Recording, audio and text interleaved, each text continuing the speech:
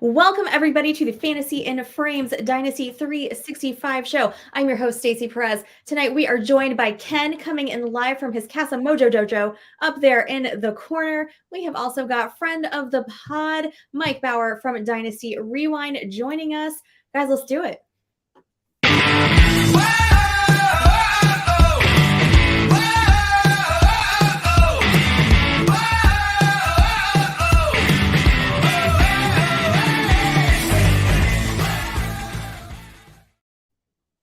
Guys, what is going on with everybody? How are you guys doing tonight?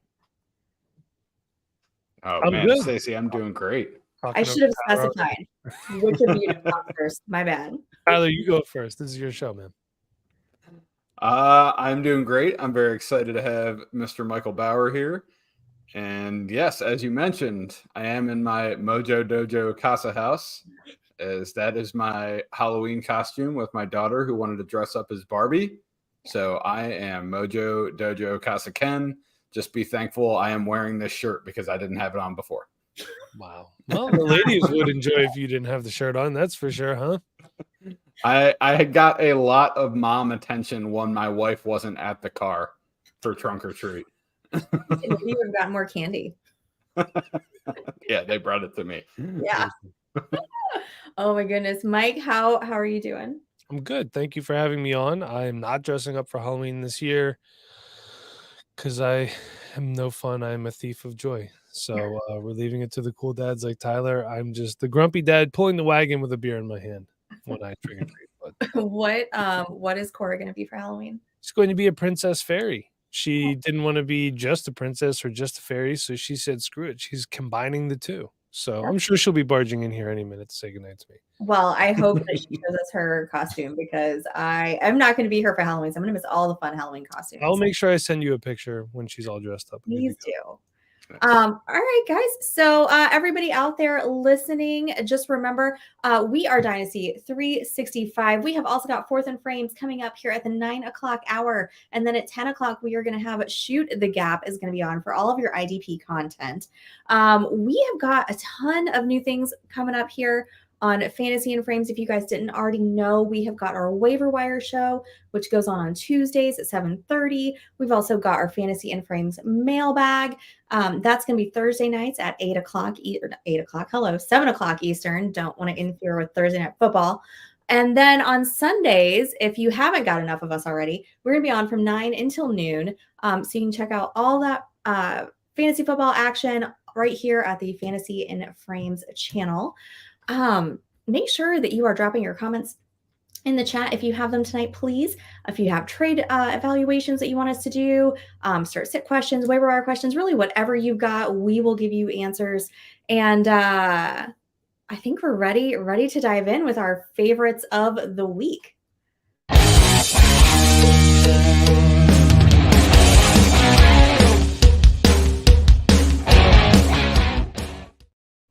All right, guys. So this is where we are going to talk about what our favorite part of last week was. So this past week was week 7. So Mike, tell us what was the best part of week 7 for you? Well, obviously the Eagles beat the Miami Dolphins. I'm an Eagles fan, as you can see from behind me.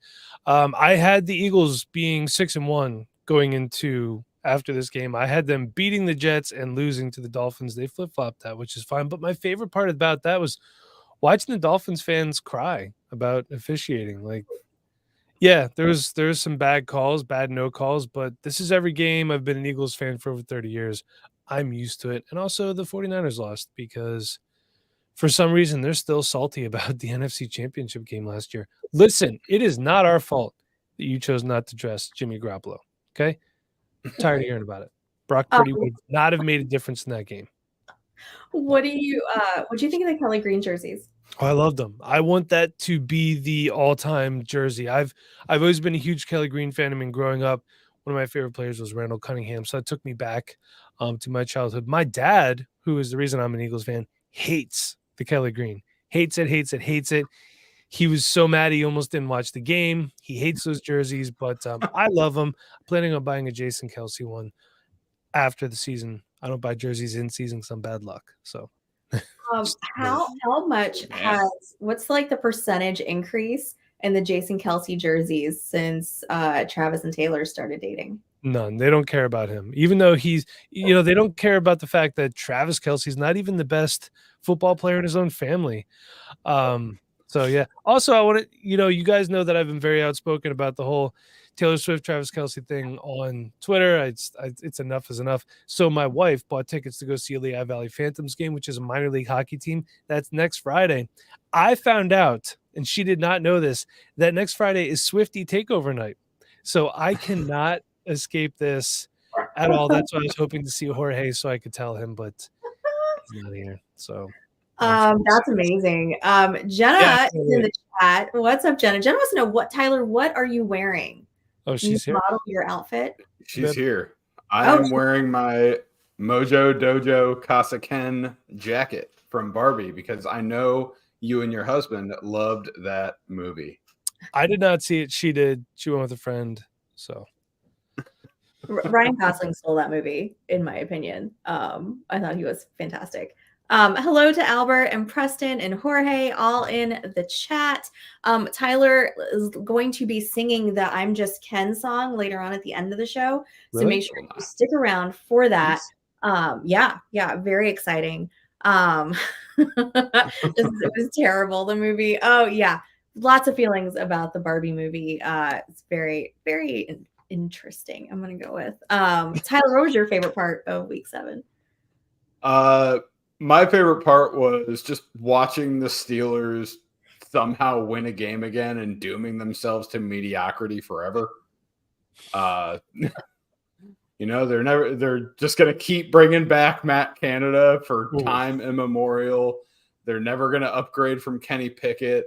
They're just going to keep on winning enough games to maybe make the playoffs, not have a good draft pick because Mike Tomlin is too good of a coach. And then watch the Steelers fans get all pissy about it and say Mike Tomlin should be fired. So I love watching the Steelers toil away in mediocrity because they deserve it. Wow. We had some strong feelings on week 7. My favorite part was getting to watch Arthur Smith destroy everybody's fantasy hopes and dreams live and in person. I got to go to the Bucks game with some friends of mine on Sunday, and shout out to Kimberly and Drew for letting me hang out with them in their bougie club seats. That is the only way to go to a football game in Tampa in October or really any time of the year because it's too freaking hot. And I got a horrible sunburn, but it was worth it. It was a great time. Yeah. I couldn't live in Florida. That just sounds miserable. It's so hot. I mean, it's the end of October. And when I tell you, like, my whole back is like crispy, like fire engine red. Like I was so burnt after that game. How was your whole back red? Did you not have a shirt on? Like what? No, like in the exposed, like my arms and like my back. It was terrible. It's just, it was, yeah. Those club seats were an interesting club. Well, the sun. Here's the thing: is that you're going to get me on a soapbox now about Raymond James Stadium. I don't understand why we live in Florida. Why don't we have a dome or some sort of like retractable roof stadium? Like, there's nowhere to hide from the sun in that building. It just beats down on you. Doesn't matter where you are, unless you're actually like in a box. Like, then I guess you're fine. But the rest of us, peasants, are out, sitting in the direct sunlight all the time. You were in club seats. I was in club seats. Fair. But we got to go in the air conditioning, like if we got a little warm or needed another beer. But yeah, it was just like, we need a dome, we need a retractable roof, like something please to make those games. Not a single Florida team has it. No, the Marlins. The Rays.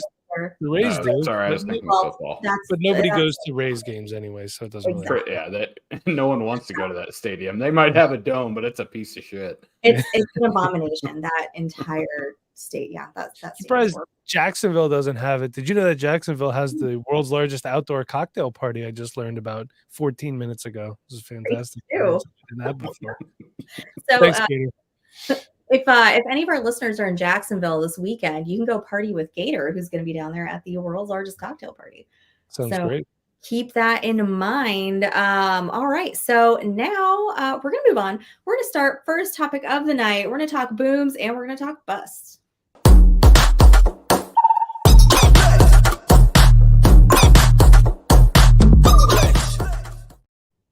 right, guys. So your task, if you choose to accept it, is to give me a player whose dynasty value either took or both took a jump this week after their performance, and then one that's kind of dipped a little bit after that. After that week 7 game. So Mike, tell me who's your boom and who's your bust. Well, he's not a massive boom per se, but he has just been, and I meant to bring his stats up, so I'm going to do that right now. But that is Kansas City Chiefs wide receiver Rashee Rice. I do have a problem when offensive players get drafted to teams like the Chiefs, the Eagles, the Bills. We see it all the time. They get the bump like, oh, it's a good offense. They're going to be elite. That's not the case. But last week, 5 catches for 60 yards. I don't know why I put 6 on the show sheet. I was wrong. It's 6 targets, 5 for 60 and a touchdown. So he's been getting pretty good target share. He's been getting pretty good volume. And do we really want the number 1 guy that's not Travis Kelce for Patrick Mahomes?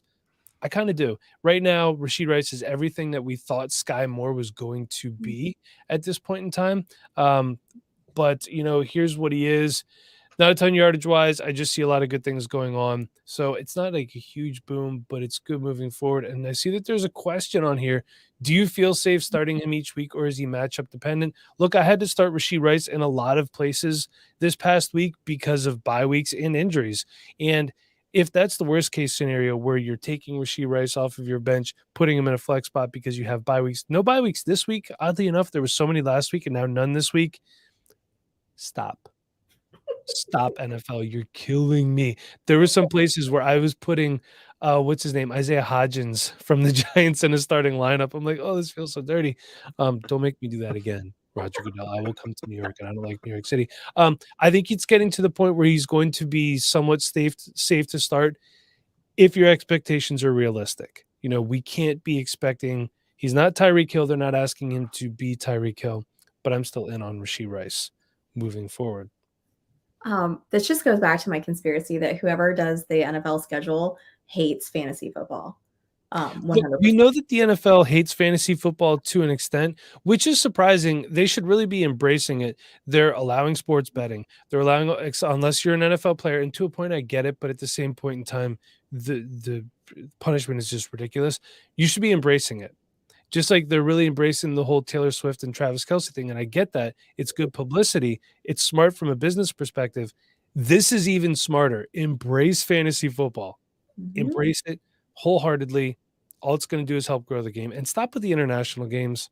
That can stop, though, in my opinion. You don't want to go to Germany and watch a football game? No, I don't want to go to Germany and watch a football game. I don't want to go to Philadelphia and watch a football game. I like to watch football games on my couch. Yes. And there she is. Hi. You want to say goodnight? That's me. The Princess Fairy. The Princess Fairy. Okay. All right. Go with Mom. All right. This is not your show. Okay. Yes, it is. She's writing something. Gonna make it her show. All right. So who is your bust player? My bust is Tyler Higbee. Last 3 games, 5 catches, 45 yards, and no touchdowns. Start off the season pretty good. And week 7, 1 catch for 7 yards and no touchdowns on the season at all. Stafford's back. He's healthy. The pass, and I understand that we didn't foresee Puka Nacua being what he is, which, by the way, can we all agree that we didn't think this was going to be sustainable this long into the season? I think we could probably all take the L on Puka Nacua, right? Like, I didn't see this. Not this long. Why are you I think we all liked him. I think we all liked Puka, but I don't think we saw like this. I didn't think it was going to be. I mean, no one saw this. No. That's what I mean. Like, I didn't think he would be setting crazy historic numbers, but I thought Tyler Higbee would be a lot better. Had a decent year last year, and here right now I'd rather roster Logan Thomas than him. Yeah, Ouch. that's totally fair. Higbee might be done. One thing too is when you guys want points, it's not always about the sexy name. Who's being more consistent? Preston says he did. All right, Preston. I want receipts. I'm pulling receipts on that. Yeah. And see, and so Mike, and this, I will never, they're never going to let me forget this, that I was in Vegas the Thursday the season started, and they were like, you need to go down and put money on Puka to be rookie of the year. And it was my favorite long shot pick for offensive rookie of the year. You and Chris Burns, I just, you guys are never going to let me live it down. And I didn't do that. I picked somebody else instead who does, we don't talk about Marvin Mims. Yeah. Yeah. We are regretting that life choice right now. That's okay. I still love you, Marvin. You're gonna be fine. It's okay. Once they get rid of Russ, you're gonna be fine. Yeah, Puka. Gosh. Oh, Tyler, who's your boom? My boom is I kind of went the same route as Mike here. It wasn't a massive boom, but Isaiah Pacheco.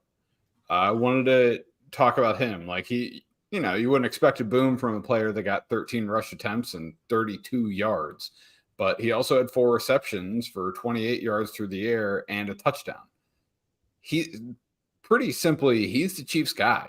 I mean, it's very apparent. He's playing approximately 60% snap share every game, which is a lot for a running back. He's getting targets. He has 23 targets through 7 games. He's getting all the high value touches. He's getting 23 targets. He's got 10 rushes inside the 10-yard line.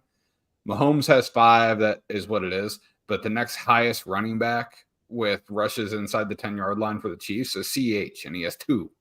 Interesting. He's RB8 on the year, and he's still being treated as a back-end RB2. I mean, the Chiefs drafted him in the 7th round. I think they've learned their lesson on spending high picks on running backs, especially in the back of the first. And I think they're totally happy to let Pacheco just run him into the ground for the next 3 years, let him play out his rookie contract and go find money elsewhere. So that is my boom. He still had 16 points last week, and I think he's their guy for a few years to come, and he should go up in people's rankings and be a little more respected than the RB22. I think he might be one of the only 0 RB guys that I drafted that's actually worked out well for me this year. I did hero running back in a lot of places, and my hero was Ramondre Stevenson. Ooh, ouch. Yeah. R.I.P. I feel your pain if it makes you feel any better. I had a lot of startups I did. Scott Fishbowl, I took Ramondre Stevenson high. I think I started off with Jonathan Taylor and Ramondre Stevenson back to back. So felt good about that. Yeah, I'm like, I'm crushing this draft. I'm doing the live draft in Philly. I mean, the link's right behind me. Citizens Bank Park's over there. I'm a cloud 9, and I was in last place until this past week in my division. So I think I'm in last place in ours. I was gonna say I'm not in last place only because Tyler is. It hasn't gone well. No. Our fishbowl teams are not anything to be super proud of. Jamie, we see you in the chat. Jamie says he's finally got a top 10 running back in Roshan practicable. He's very excited about Roshan Johnson. Yeah. So is he out of concussion protocol? Do we know? He practiced in full, so I'd assume he is. Yes. Not like that's. I can fact check it after I go over my bust, though. Okay. Perfect. Yeah. Well, that's great because I told everybody to start Deontay Foreman today in my start sits. So just all you have to do is just swap out the name. There you go. Just put somebody else in there. All right. So my boom, I kind of did what you guys did, right? So I picked somebody. It wasn't like a super huge like earthquake, boom type at all, but something still to take note of, and that was Demario Douglas, wide receiver from the Patriots. He's a rookie out of Liberty, drafted in the 6th round. He was absolutely just like crushing training camp. He missed 1 game because of a concussion, and as of this week, he is 3rd in yards with 197 behind only Kendrick Bourne and Hunter Henry. 10th overall among rookies from this class. He's quick, he's explosive. Really happy to see him kind of taking a bigger role in their offense this week because they could definitely use some help. Excited to kind of see him. He was a lot of fun to watch in training camp. So I'm happy to see that he's kind of, back from that concussion, and now they're kind of giving him some more targets in that offense. Yeah. And then last but not least, my bust is Josh Jacobs.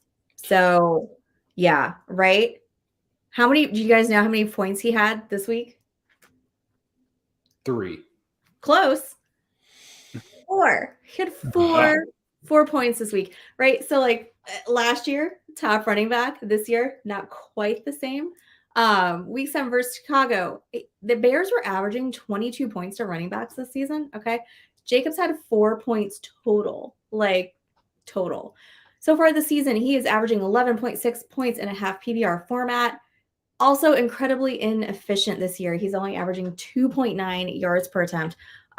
So I think we got to give him the bust award so far this year.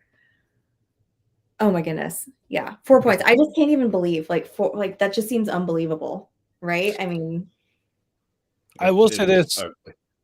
It gets better for Josh Jacobs. He's a free agent after this year and he's 25. I think he's going to get a decent contract from a better team. Yeah. So I think better times are coming. If I have him in Dynasty, I'm not panicking at all.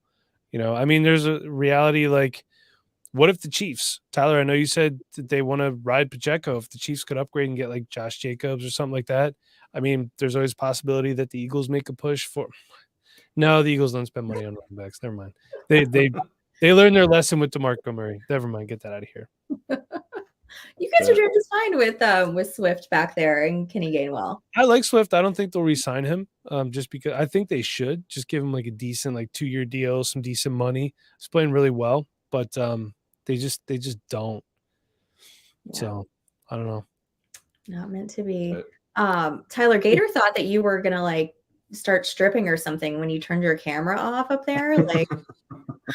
I needed to close my door because my daughter came down here and she does not listen like Cora and will jump all over me and try to take the mic away from me. Oh, Cora barely listens, for the record. Not to backtrack, Tyler, did you do your bust by chance? I did not. Oh, you did? I just skipped right over you. God, I am just I forgot you were on the show this week. I'm skipping over the bust. My gosh, Thankfully, we have a professional podcast host, seriously, Michael Bauer. Holy cow! My goodness. Who's your bust? My bust is Quentin Johnston. Boom. He has been extraordinarily disappointing for some people. And I wanted to make sure I mentioned him because at least a couple weeks ago, I still saw him being discussed in keep trade cut conversations and things like that. People still, maybe he still has some kind of perceived value and he shouldn't. Dynasty value, there is still some. He should not be in consideration for your starting lineup. He's played 50 since Mike Williams got hurt. He's played at least 50% of the snaps at receiver. He's done nothing with it. I think he scored a total of 4.8 points in half PPR over the last 3 weeks, which includes a goose egg. It's not been good. So I guess what that leads me to ask you guys, and I did not put this on there, is if you had a choice on your Dynasty roster right now, would you take Quentin Johnston or Joshua Palmer? Okay. You want to know the answer? Because I actually talked about this almost exact scenario last night on our show. Right now, I'm going to take Joshua Palmer because I could find another first-round bust at wide receiver every year. They have one. When Mike Williams got hurt in week 3, this was supposed to be Quentin Johnston's time. And look, just so you know, when you have these guys, the sliding guys, JSN's supposed to be Tyler Lockett's replacement. There's time there yet. QJ was supposed to be Mike Williams' replacement. In his absence, okay, Josh Palmer, 12 catches, 270 yards, and 0 touchdowns. That's still, since week 3, overall in the season, he has 353 yards. And Quentin Johnston, I lost it here. Where are you at? In that same time span, Quentin Johnston has 2 catches for 38 yards and 0 touchdowns on 7 targets, whereas Josh Palmer has 22 targets. So not only is he not doing it, Justin Herbert is like, I'm good. I'm going to throw to Josh Palmer instead. Like I said, when I'd rather roster Logan Thomas instead of Tyler Higbee, this is the same scenario. You have to adjust your fantasy team to what the NFL teams are doing. They are not going to run their offense predicated around how you constructed your fantasy roster. They don't care. You need to. Give me Josh Palmer. I'll flip QJ and get Josh Palmer plus, most likely, because of the upside, and he's young, he's a rookie, all that good stuff. I'll take Josh Palmer, some assets, and then I'll draft another wide receiver next year too. That's what I was going to ask. Like, what would you trade, or what do you think you could get for him at this point? If I could get Josh Palmer in a second, I would do it in a heartbeat. That second could become like Devin Neal or Bucky Irving next year, 2 second-round running backs that I think are going to be fairly productive. And, I got to say, too, I think gone are the days of these high upside running backs. Bijan's been a massive disappointment. There's still time. Get Arthur Smith out of there. But look at a guy like Brian Robinson from the Commanders, extremely startable week in, week out. It's not sexy, probably getting you like 10 points every week, but you know what you're going to get in that spot. That was a 3rd-round draft pick. Just like, nobody wanted David Montgomery. They're so mad about David Montgomery, Jahmyr Gibbs.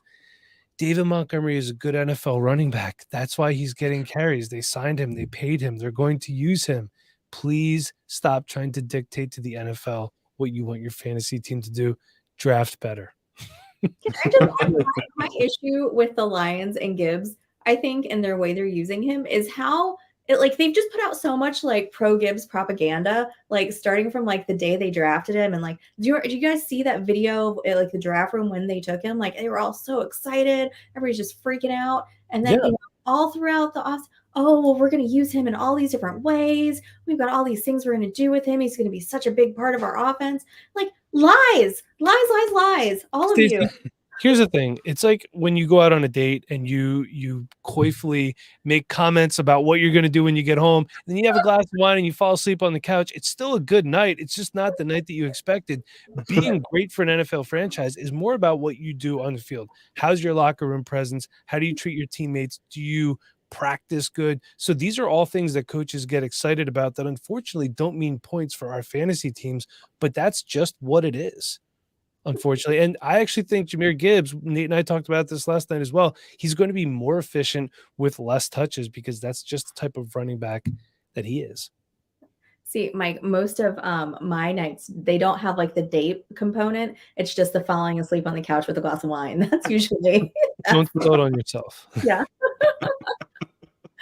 Oh my goodness. All right. Well, I haven't skipped anything else for Tyler yet. So there's still time for me to stuff. There's so time. Yeah. So let's do our Dynasty waiver wire roundup.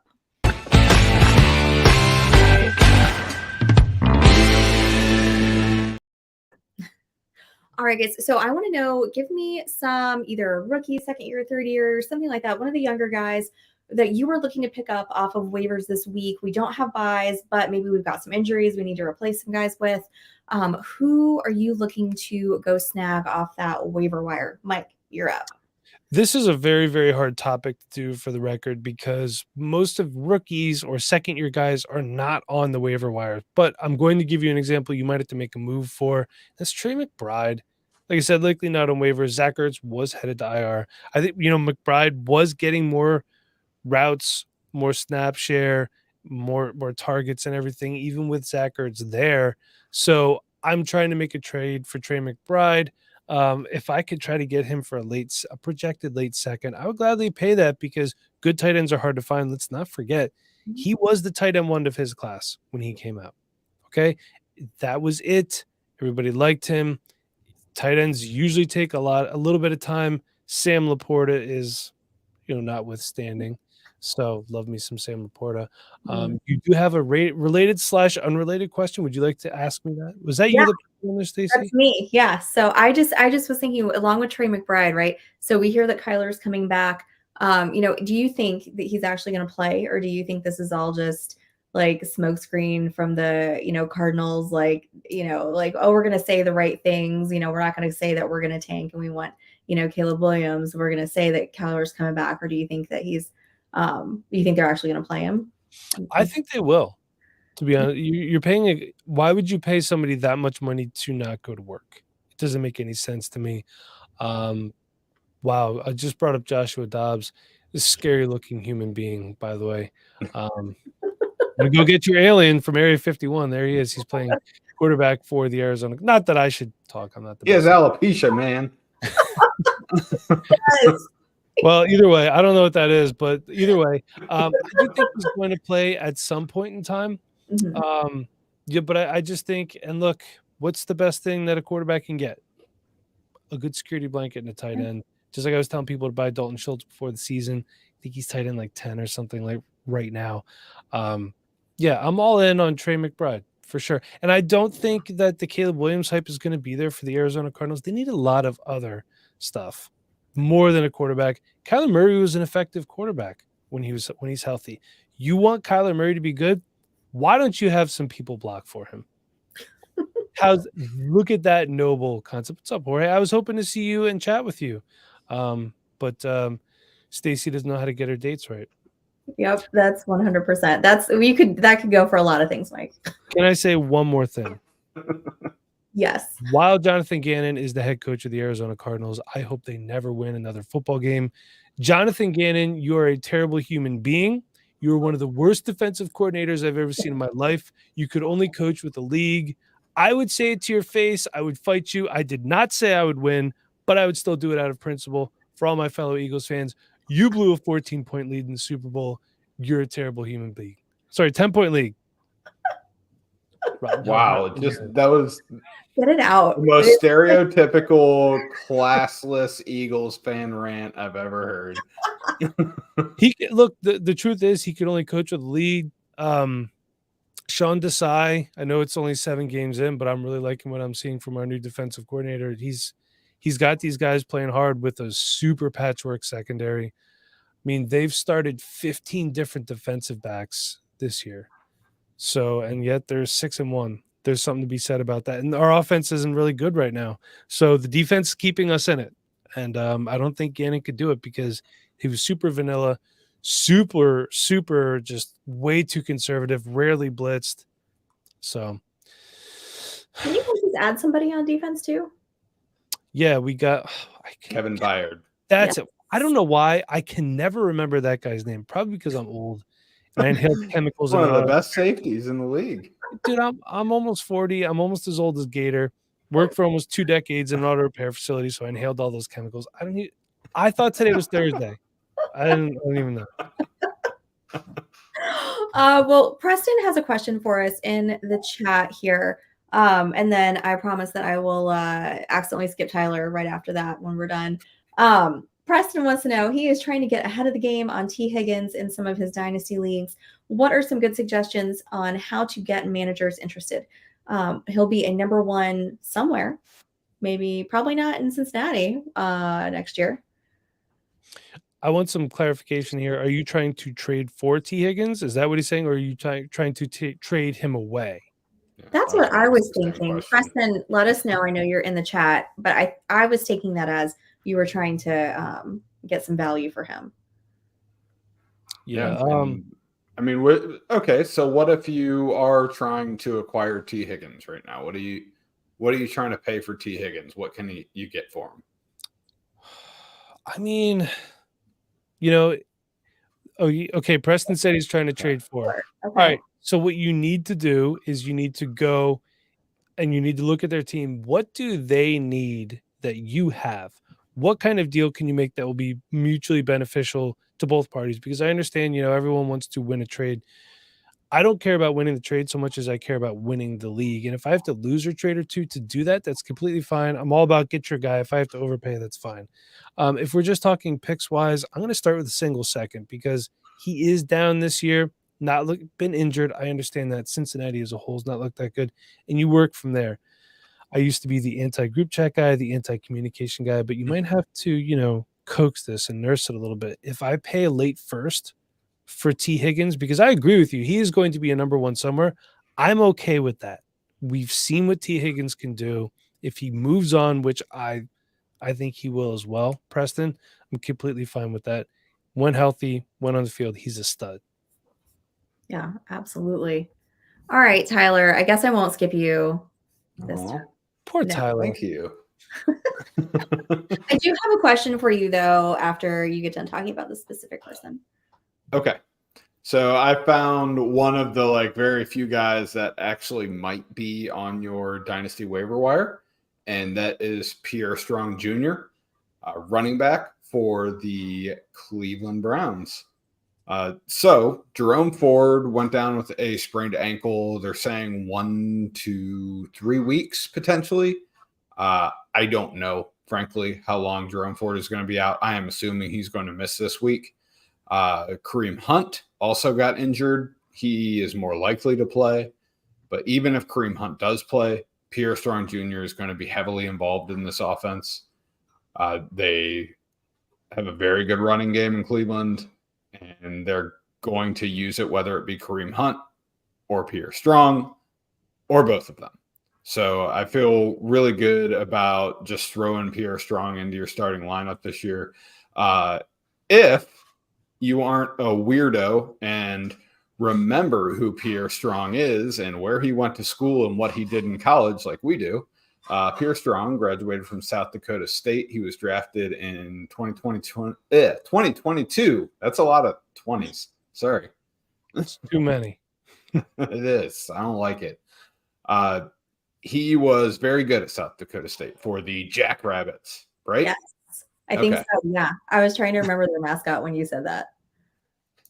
Very fast, ran a 4.37 40. You can see that on his film from college. He hits the hole really well, takes off. He can turn on the afterburners.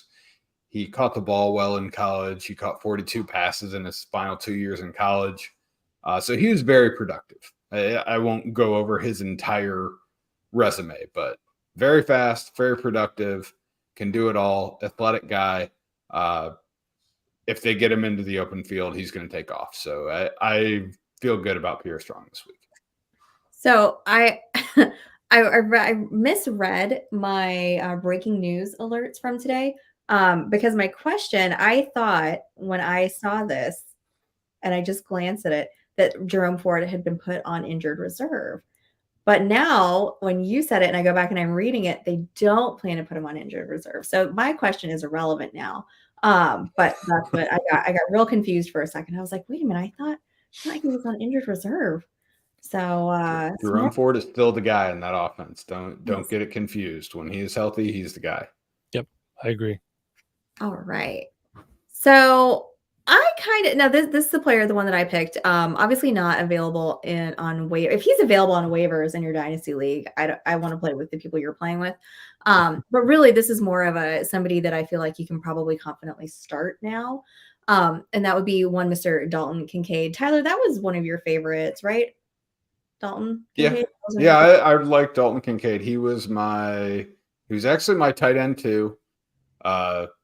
Unfortunately, my tight end one was Michael Mayer, but everyone sucks in that Raiders offense. So too soon to tell there. You know what? I actually don't think it's unfortunate. That was a kind of a consensus to have Michael Mayer as tight end one. The situation's not good. The player's still good. Tight ends typically take a little bit longer, and we have to be realistic here. I like Dalton Kincaid as well, but it's taking a Dawson Knox injury for him to get significant playing time. So these guys just take a little bit longer to develop. I got really bad news for everybody. Sam Laporta is just good, and Jared Goff is a really good fantasy and NFL quarterback too. I know everybody wanted Hendon Hooker to be a thing, but it's not going to happen. Sorry, Zach. Not yet anyway. And they can't all be Sam Laporta. So if they can't be Sam Laporta, Dalton Kincaid. So like I said, guys, not around available in your dynasty league. It'd probably take a massive haul to get him if you don't have him. But like Mike said, Knox has that wrist injury. I haven't really seen a timetable for his return yet. I know he's out for this week because they play on Thursday night against the Bucks. Last week, Kincaid had the best week so far that he's had against New England with 8 targets, 8 receptions, 475 yards, all on National Tight End Day. So no surprise there. Fun fact, with the exception of week 2 versus Vegas, he has caught every single target that has been thrown his way. And against Vegas, he only missed 1. So he is 26 for 20, or he's 25 receptions on 26 targets, which is obviously why the Bills went out to get him and spent a first round pick on him. like I said, they play Thursday night in Buffalo against Tampa. Tampa typically holds tight ends to 7.6 points per game, but the wide receivers seem to do a little bit better. And let's be honest, that's kind of where Kincaid is playing anyway. So I foresee a nice night for Kincaid this week as well. All right, guys. So we're coming up on our last topic. We're going to do the fantasy crystal ball and talk about who we think is going to have a good week this week.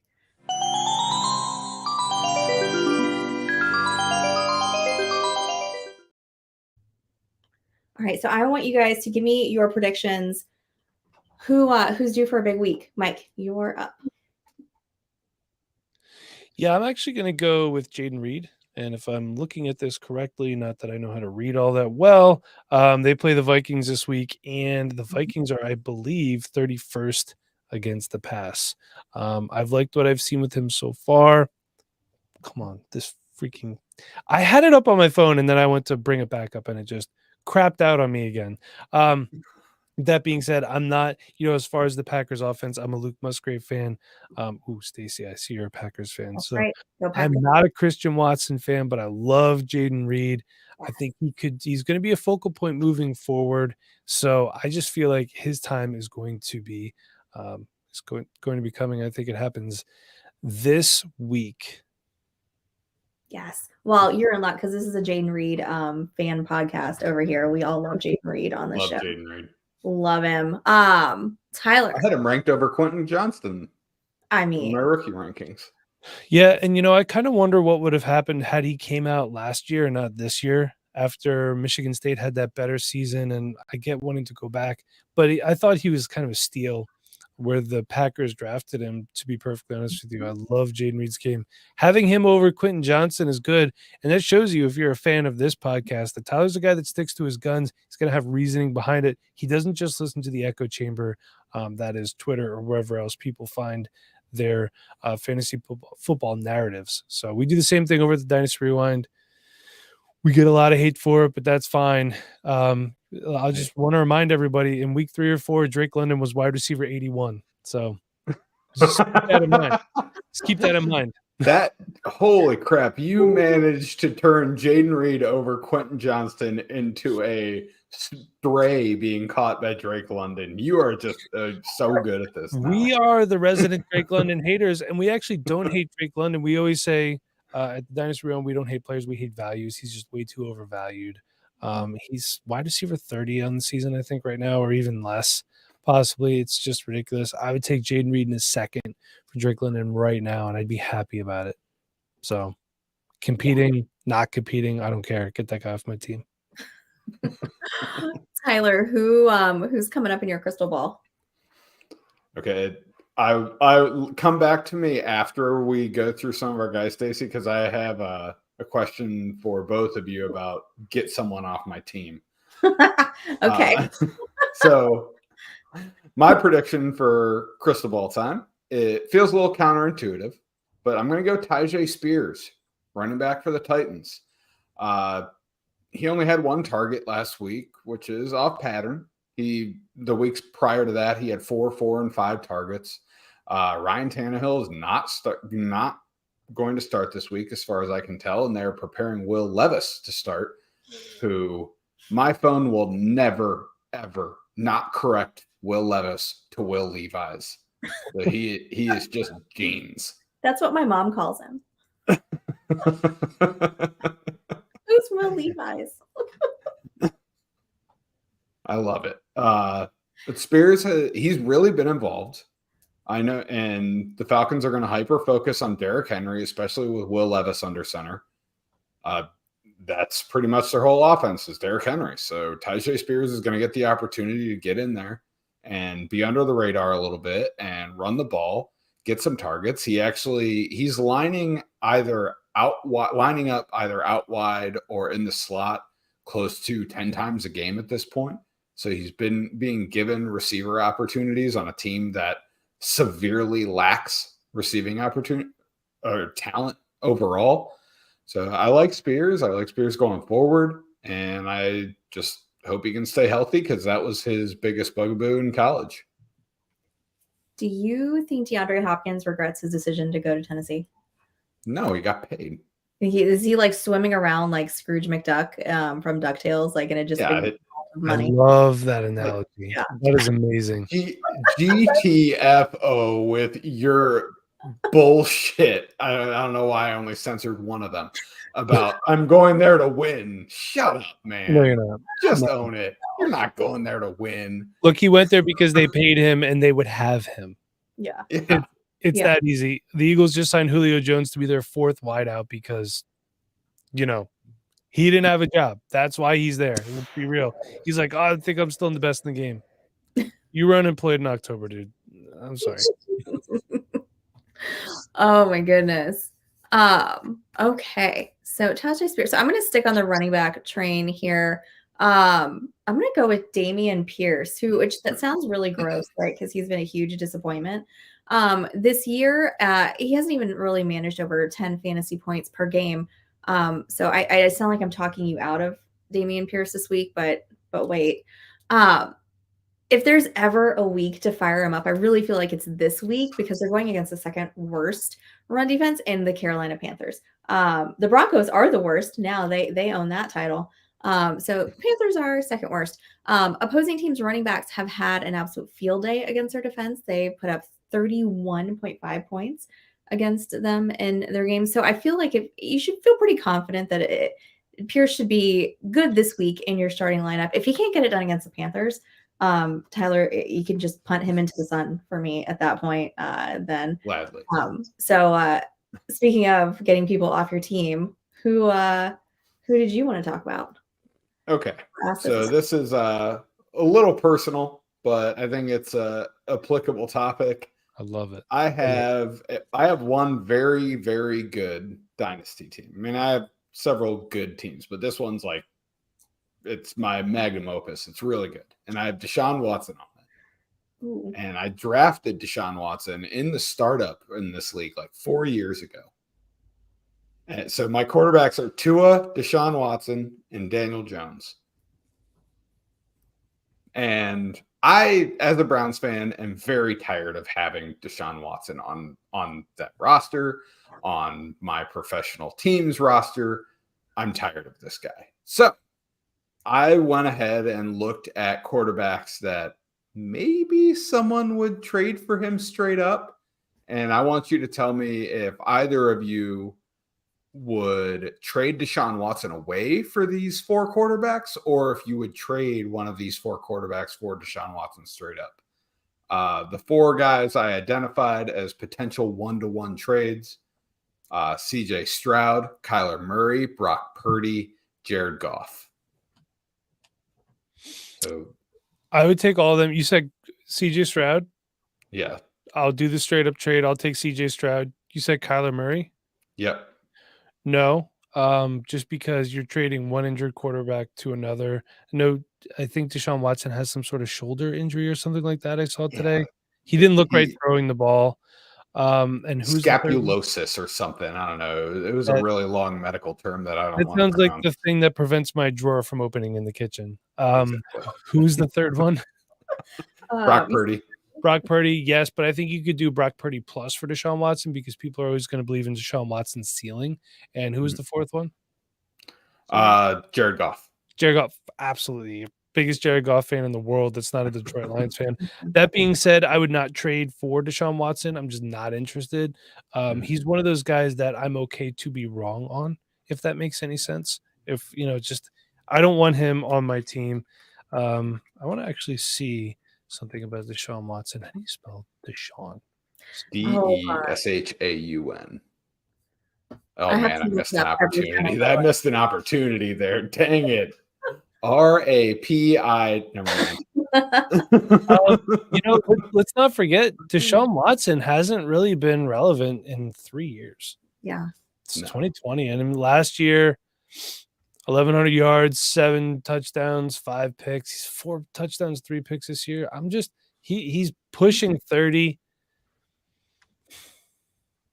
I don't know. Yeah. And I know that for quarterbacks, that's not old, but and I feel your pain as a as a Browns fan, but it's got to hurt seeing Baker do pretty well in Tampa Bay, and you're stuck with now PJ Walker as your starting quarterback. Yeah, So Baker was never it. That doesn't bother me. I mean, I'm happy to see Baker succeed. I'm happy to have him be a QB2 on a few of my teams because he's been productive. He has, Yeah. Baker Mayfield's not going to take you past the wild card round of the playoffs. Yeah, I mean, in all fairness, how many playoff games has Deshaun Watson played in? I think he's played in one, right? One or two? I think a few. I vividly remember him blowing a 20-point lead to the Chiefs. There you go. 4 years ago. There you have it. Hey, Bob, how you doing, man? Bob Harris. Bob Harris hanging out. Yeah. Yeah. Well, there you go. I'm okay to be out on Deshaun Watson. I'm Jared Goff. I'm all in on. Okay. And also, interesting news today. Brock Purdy was showing concussion symptoms on the ride or on the flight home from I guess who they play Minnesota. So it looks like Sam Darnold might get the start. Sam Darnold time, baby. We finally get to see Sam Darnold in the Kyle Shanahan offense. I want to say something right now. I'm so glad this is not happening the week that the 49ers play the Eagles, because then I would have had to hear that cry. Whoa, we didn't have Brock Purdy again. Oh my God. Shut up. Is it like 9,000 Super Bowl rings? Cry on your bridge. I was trying to think of some joke about Brock Purdy on the flight home versus Kirk Cousins on the flight home with all of his chains and his dancing and everything. But that was ridiculous, but I loved it. Yeah, fantastic. There was a nice little mashup of that crazy lady that's getting booted off the plane, where she's like, "That MFer's not real," and then they cut to Kirk Cousins doing his little dance, on the plane. That's great. Yeah, pretty fantastic. Stacy, would you take all 4 of those quarterbacks over Deshaun Watson or no?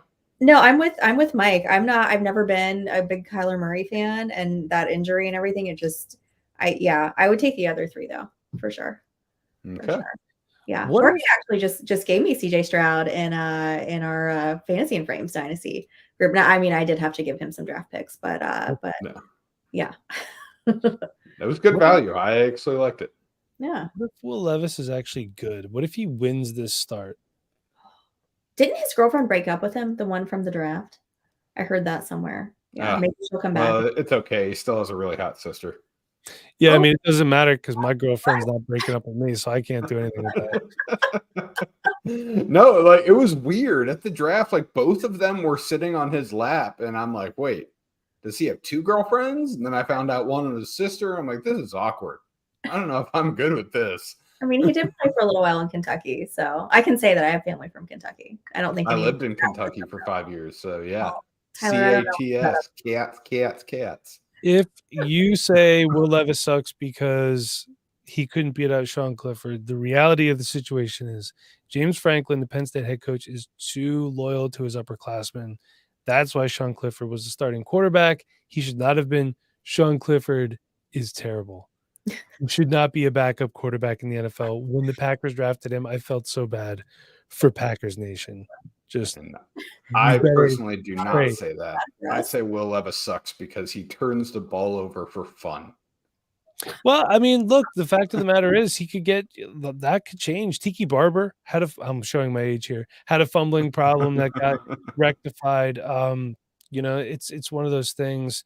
But Stacy, pray that Jordan Love never gets hurt and Sean Clifford has to come into a game. Yeah, I mean, it's already bad enough in Green Bay. I can't imagine if we lost Jordan Love now. Oh, stop it. You went from Brett Favre to Aaron Rodgers to another first-round quarterback who is promising. It is not bad in Green Bay. If we have expectations. We have high expectations. No one feels bad for you. Yeah, I know. I'm very well. It's like seeing Patriots fans be sad because their team's bad now. No one cares. We're all happy about it. All the other 31 teams are thrilled. So everyone knows. I've laughed at every single Patriots as a poverty franchise meme that I've seen, and that's pretty fun. Patriots fans are wild up there. Oh yeah, 100%.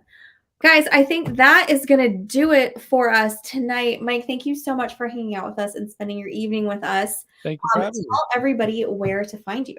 You could find me on Twitter at Rewind CEO. I'm not on there much, but I pop in every now and again. Follow the show at Dynasty Rewind. We release podcasts Wednesday, Friday, Monday, YouTube videos Monday through Friday. Monday through Friday, guys. Make sure that you are giving them a follow. If you are not already, you can follow us at all of our Twitter handles that are here on the screen. If you are listening to this podcast, you can follow Tyler/Ken at FF Tyler Heil. Mike is, like he said, at Rewind CEO. I am at Stacy_Perez83. Guys, make sure that you are listening, or not listening, but listening to and subscribing to Fantasy and Frames here on YouTube. Like I said, we've got shows all throughout the week for you. The Fourth and Frames guys coming up at 9 o'clock. Make sure to stay on for them. We will see you all next week.